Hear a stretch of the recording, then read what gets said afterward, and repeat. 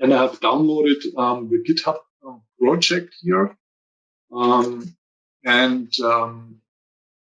If we're looking into this, you will see here, maybe a little bit bigger. You can see here the different cloud projects, cloud provider projects.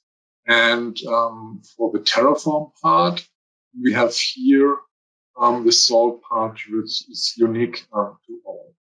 And we also have here the pillar data, and we also provide examples, which gets as input to the Salt that Stephen showed.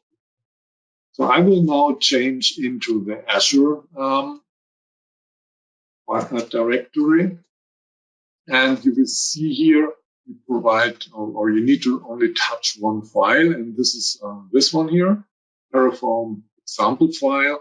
I copied it over to the actual name that I don't destroy the example. So this is the only file you need to edit to adapt it to your requirements.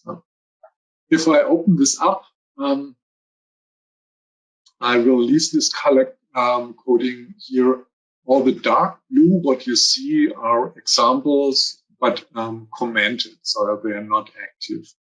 The active parts you will see here in white and red. So we need to have here a part in which region I want to deploy my things, and need to provide an administrative user for all the virtual machines. I need to provide SSH keys. I need to provide communication for the cluster, and I need to provide where the formulas should come from. And as last thing here,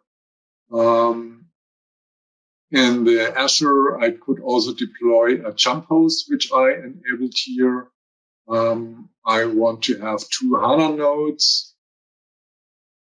And the SAP media should provide in that file store and in this directory here. And last but not least, a few data here. I want to have an HA cluster. I need to provide a few data for the HANA itself. And I want to have monitoring. And that's it. Everything else does not need to be enabled, because this is the minimal part we want to do here. And so this, you see, it's only a few variables, and this is what we need. The next thing is what we need to do is provide Terraform with the right setup. Terraform workspace, because you can have different environments here. List. So I have here only the default workspace. I will create a new one, and I will name this PS12.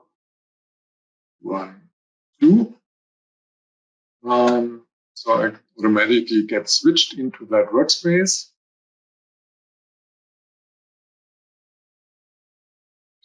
Proves that. I need to make it a little bit smaller. So yeah. So in the new workspace, and then I can start planning my deployment. This is something like a dry run from Terraform, which proves on the one side all the steps and showcases me on what will be created in Azure. This will take a few seconds. If that is all okay, I can apply it. And then it will run roughly 45 minutes in this scenario. So you see, we will get 53 Azure resources created. So Azure Terraform apply, and I get normally ask if I really want to do this, how to move.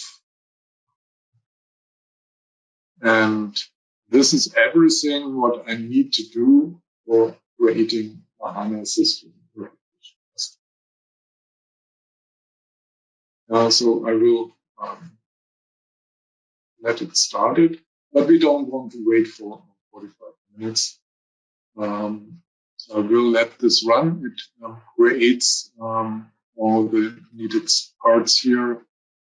So I want to show you that a little bit in a different way, because I did run this yesterday evening. I'm using here also a new thing from Azure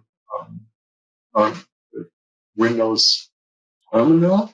And I run this yesterday evening in the Azure Cloud Shell. So this is also a way you don't need to have a Linux. Azure provides you with some shell in PowerShell or as Bash, the Linux shell. I also did upload here the Terraform deployment things. You see the same scenario, Azure. But I did run this yesterday evening. And if we do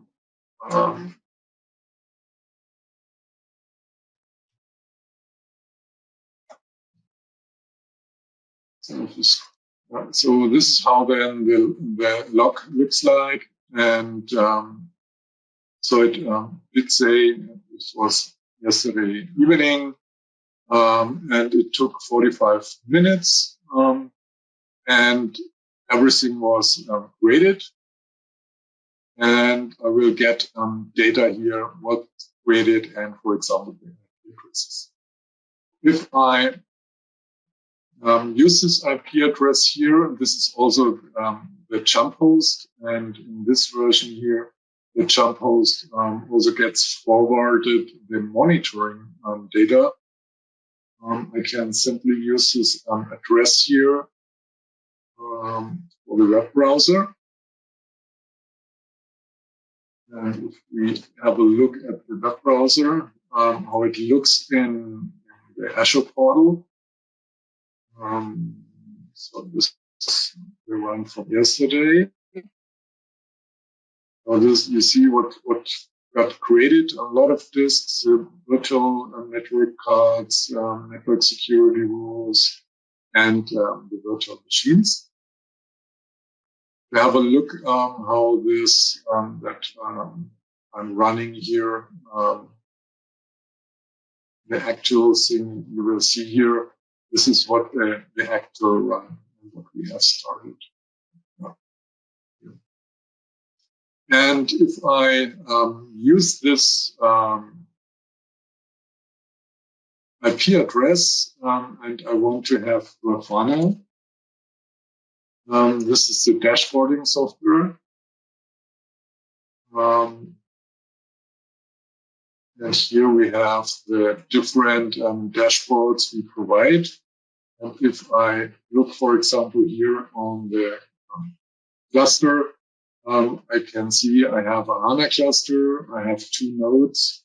They are up and running. Also, my fencing stuff is really, the system replication is up. You can see here all the resources,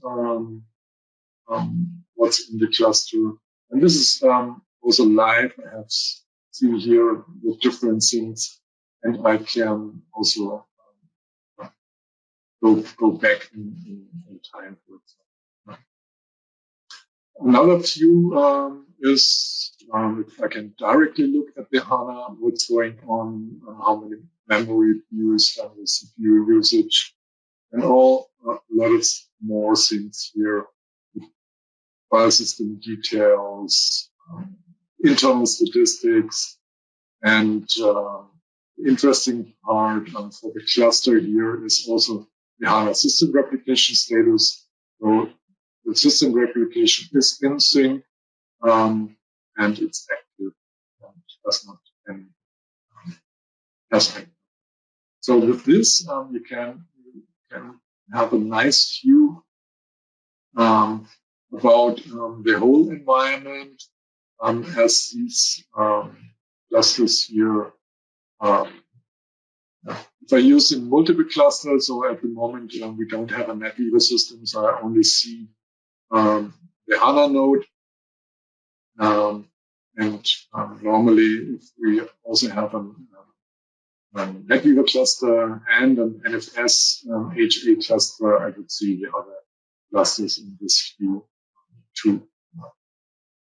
Yeah, and this is what we wanted to show as a live demo. You see, it's super easy. Only 2 or 3 changes in the configuration file to create a complete SAP HA landscape.